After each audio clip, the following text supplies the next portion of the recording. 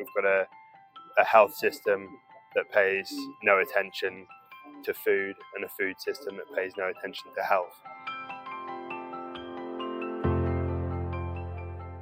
The amount of long-term money that we spend on treating problems which come out of poor diet, either because people can't afford to eat properly or eat in a way that actually nourishes them, that's a price that none of us can afford.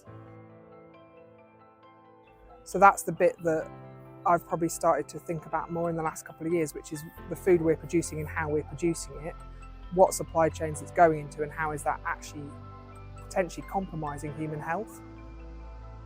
I think when it comes to sort of grains and crops, which is what we do a lot more of, we are then having to rely to a certain extent on the processes of, the millers, and again, where's that flour going, and our grain might just end up in an ultra-processed food, and that's frustrating in a way. We are producing raw ingredients.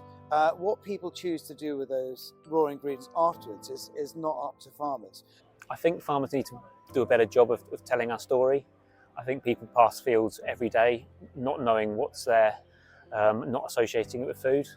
And I think it goes a long way just to chat with your local community and say, you could well be having a breakfast of the cereal grown, 100 metres from your house. I mean, we talk a lot about holistic planning from farming perspective. How can we make it more holistic from a health perspective?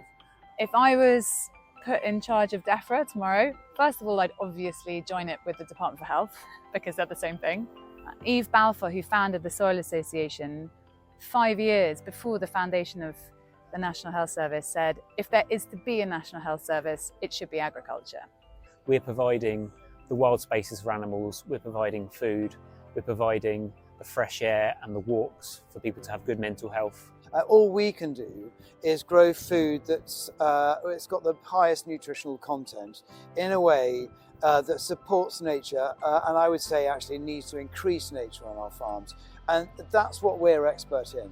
For DEFRA to encourage short supply chains as a public health intervention suddenly makes quite a bit of sense, and that would give people the opportunity to have a choice other than just retail that's really running off the back of cheap ultra-processed food and decent margins on those. One thing we don't do in this country is look at what needs to be grown where and how much of it, but how much our diets need to change.